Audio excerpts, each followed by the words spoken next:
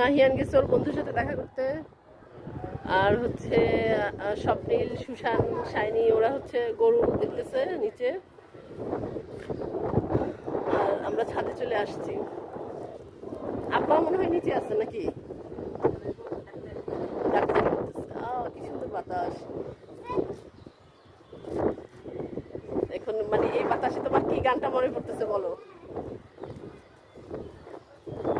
ঠান্ডা এই বাতাসে তোর কি গানটা মনে পড়তেছে বল? না না না, এই মুহূর্তে আমাদের এখন মনে পড়তেছে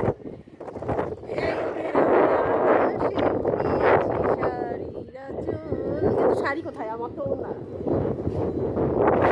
শাড়ি বললে ভালো হতো তাহলে।